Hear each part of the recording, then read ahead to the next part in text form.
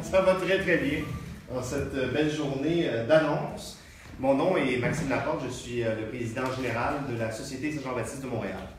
La raison qui nous réunit ce matin, c'est le dévoilement médiatique du Patriote de l'année 2016-2017. Et je vous l'annonce en mille, ce Patriote de l'année, c'est Jean-Paul Perrault. Yeah.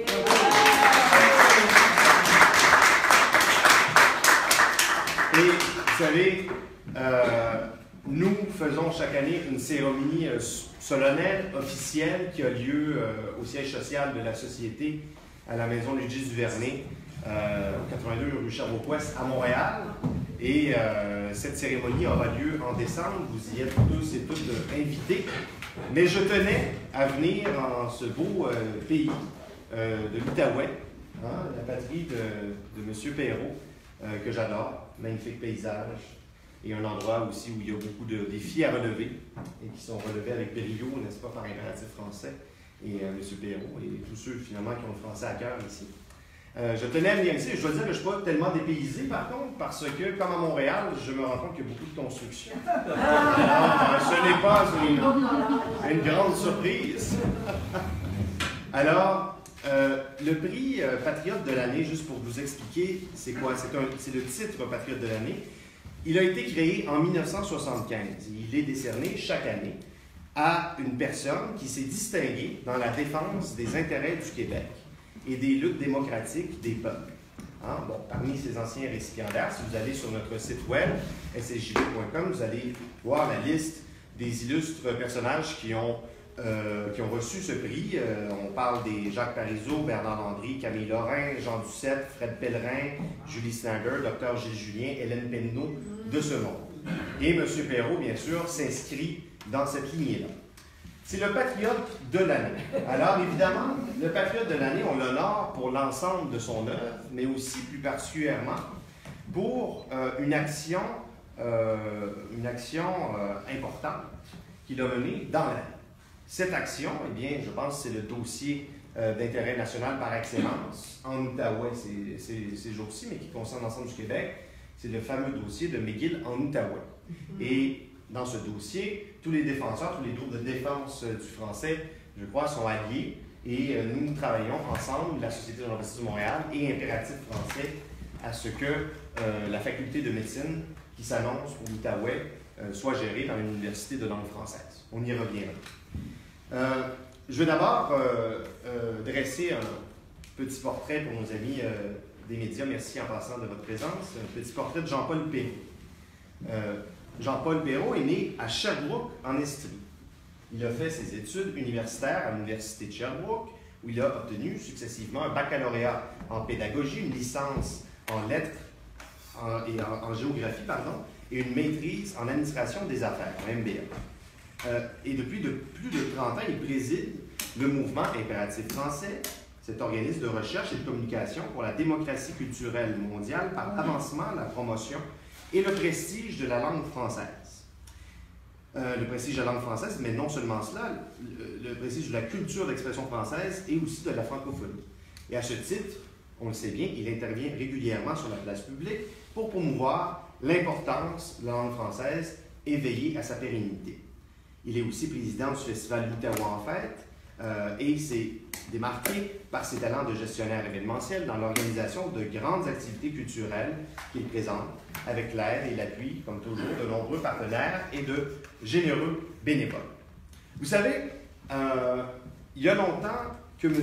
Perrault aurait dû recevoir ce prix de Patriote de l'année.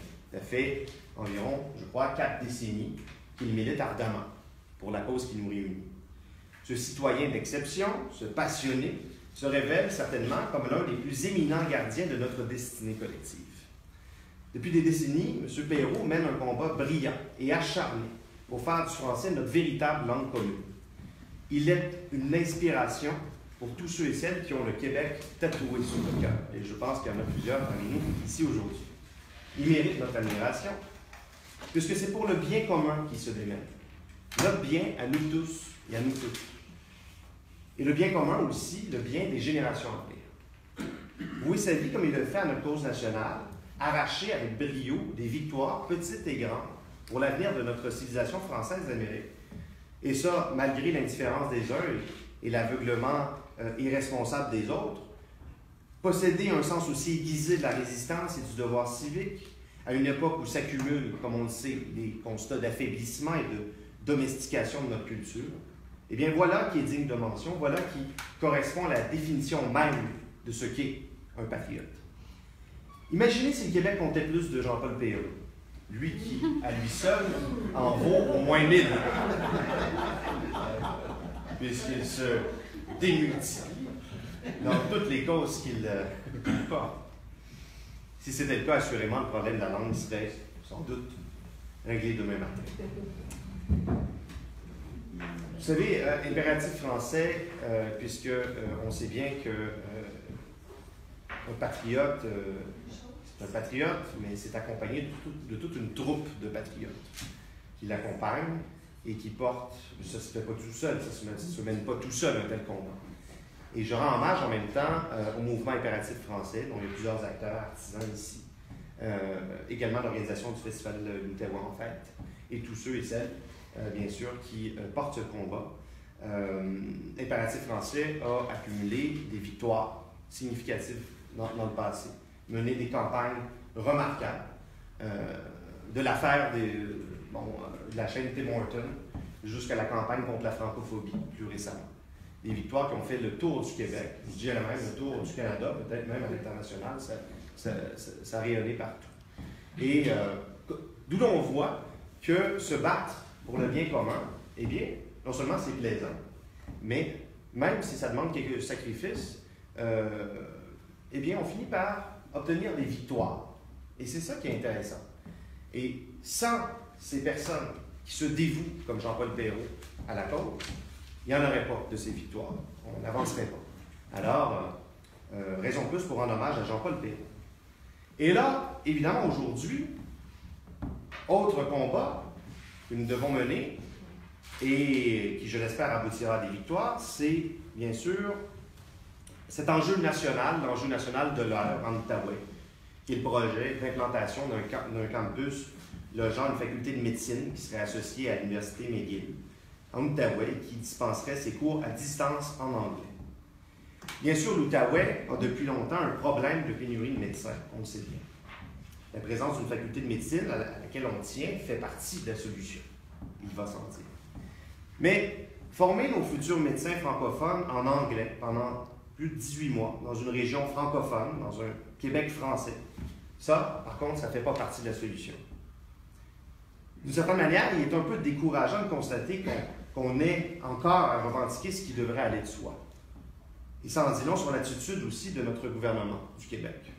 En plus de mettre la lumière sur son incompréhension profonde, la dynamique linguistique au Québec et des principes qu'a voulu cristalliser dans notre droit le docteur Camille Lorrain et aussi M. René Lévesque, dont on fêtait le 40e anniversaire hier de l'arrivée au pouvoir en 1976.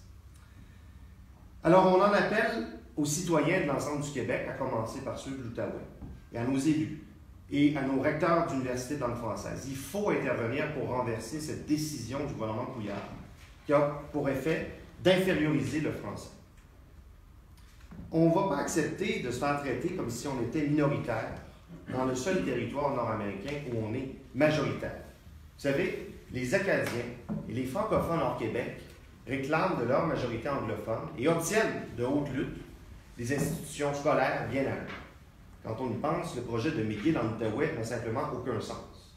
À Moncton, en territoire néo-brunswickois, les francophones ont une faculté de médecine bien à eux et ça se passe en français là. Alors, je pense que c'est un enjeu important.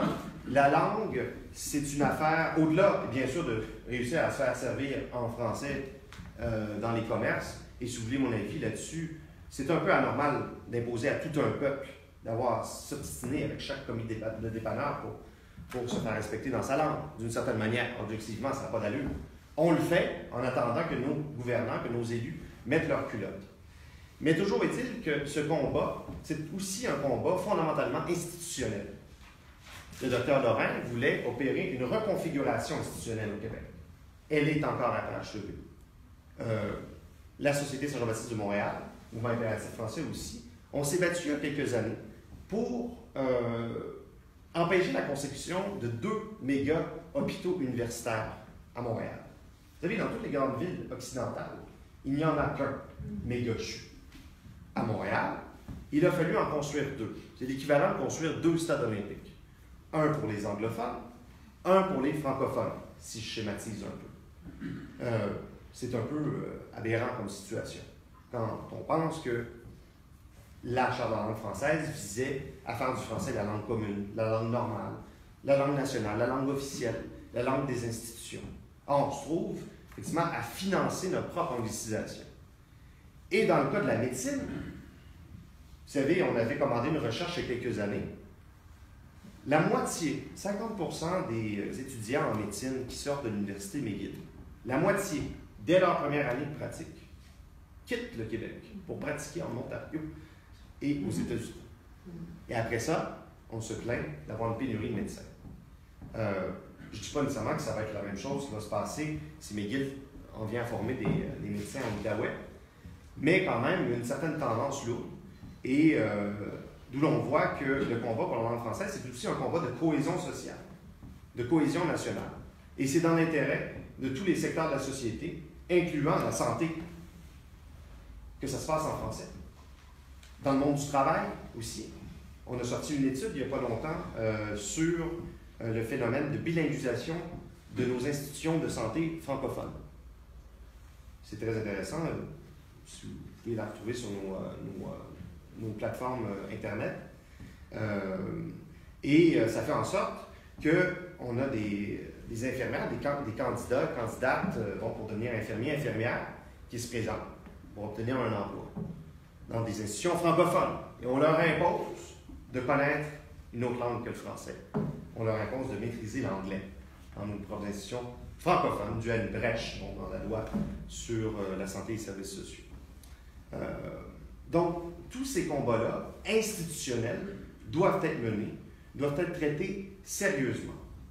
Alors, il y a une tendance à renverser, et vous voyez, le dossier de McGill en Outaouais en est un qu'il faut surveiller de très très près. Et je salue Impératif français et Jean-Paul Perrault de mener à bout de bras ce dossier. Je réaffirme que nous allons appuyer toutes les démarches au soutien de ce combat. Et voilà. Donc, aujourd'hui, le dévoilement médiatique du Patriote de l'année, mais aussi, surtout, un cri du cœur pour ce combat patriotique de l'année, qui est de dire non à McGill en Outaouais. Mais félicitations encore une fois à Jean-Paul Perrault, et on continue le combat.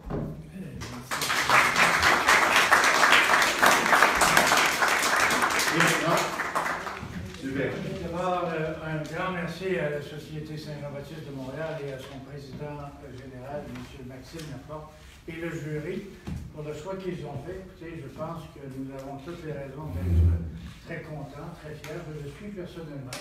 Vous savez, c'est une reconnaissance, c'est une caresse importante qui vous est faite, qui nous est faite, pour tout le travail que nous accomplissons depuis une quarantaine d'années. Vous savez, il y a eu, l'impératif français existe depuis 40 ans. Il y a eu, année après année, de nouveaux conseils d'administration, des équipes de bénévoles, des comités organisateurs, qui ont travaillé et qui continuent à travailler pour s'assurer que la démocratie culturelle existera par la différence ou l'identité québécoise. Nous avons le droit d'exister, nous avons plus que le droit d'exister, il faut surtout avancer, prospérer, faire davantage, produire davantage, diffuser davantage, exporter davantage internationalement.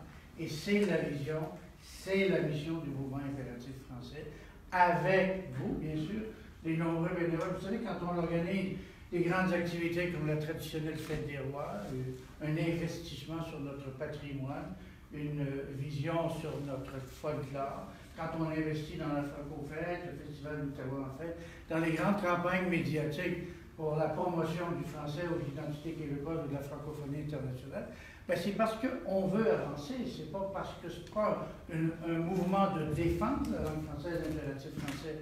C'est un mouvement de l'avancement de la francophonie, c'est un mouvement pour la création, le développement, la production, la diffusion, la multiplication, l'exportation Et je dois dire que la force du mouvement impératif français repose sur ses membres et sur ses bénévoles. Et plus que ça, sur tous ceux qui s'emparent de cette énergie-là, parce qu'Impératif français, ce n'est pas qu'un organisme, c'est une vision de société, c'est la démocratie culturelle, c'est une place importante en faveur de la diversité culturelle mondiale par la promotion de ce que nous sommes, par la multiplication de ce que nous sommes. C'est une vision, et cette vision-là en Amérique du Nord, ben, à quelque part, on a tout avantage à la diffuser et à la partager parce que nous sommes un modèle de société différent, internationalement différent. Nous avons toute la raison d'être fiers de ce que nous sommes. Nous sommes en Amérique du Nord, sur le territoire de l'Amérique du Nord, un autre exemple, un modèle, une vision très différente. Je pense qu'on doit en être fiers. Et toute la société, toute la francophonie, toute la société québécoise doit participer à cette vision-là. Je voulais donner un message que je répète souvent, mais à quel point je le considère important. Vous savez, je vais parler maintenant de territorialité du Québec. Vous savez, au Québec, tout le monde doit parler français. Il ne peut pas y avoir de compromis là-dessus. C'est la langue commune de la diversité. C'est la langue commune d'usage public. Donc, c'est la langue que tout le monde doit parler. Et s'il y en a qui ne la parlent pas, ils ont, à notre avis, l'obligation, le devoir personnel, et la société doit s'en assurer de l'apprendre.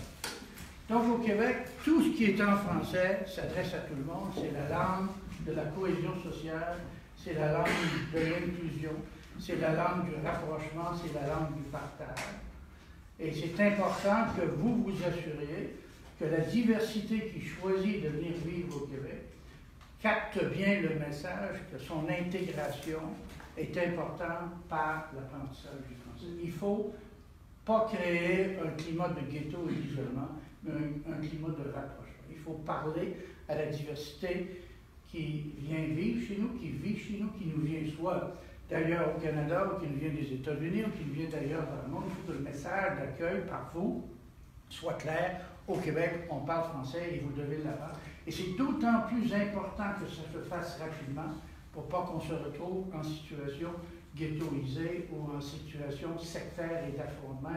C'est l'élément le plus important de la cohésion sociale. Et ça, je pense que là-dessus, il faut être très, très, très, très clair. Et il y a quand même des messages qui sont donnés dans la société québécoise, souvent par nos établissements commerciaux, mais surtout nos établissements publics, où là c'est le moins acceptable, où de fait, on multiplie le message de la possibilité de vivre au Québec sans apprendre à parler français. Toutes les fois que vous êtes reçus sur le territoire du Québec, par exemple, et c'est puissant subliminalement, par des messages d'accueil au téléphone, if you want to hear this message in English, press 9, automatiquement ce qui est dit. Puis souvent, c'est dit au début. Pensez à ça, c'est dit au début du message. Après l'identité, ils vous disent press 9. Ce que ça dit, là, ça dit, si tu es anglophone, on ne t'aura pas écouté le message en français. Tu es traité en premier, tu peux débarquer tout de suite. Là. On ne l'expose même pas, on ne les expose même pas aux Français. On ne met pas l'offre d'accès au message en anglais à la fin.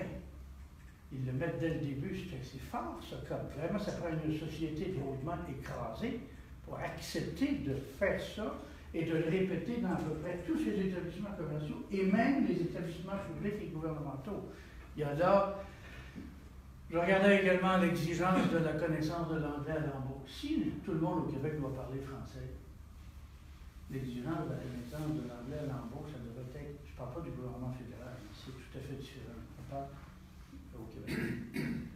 L'exigence de la connaissance de l'anglais à l'embauche, de fait, là, c'est une mesure de discrimination si le français est la langue que tout le monde doit parler et que tout le monde parle au Québec. Sinon, après, pourquoi l'exigence de la connaissance de l'anglais?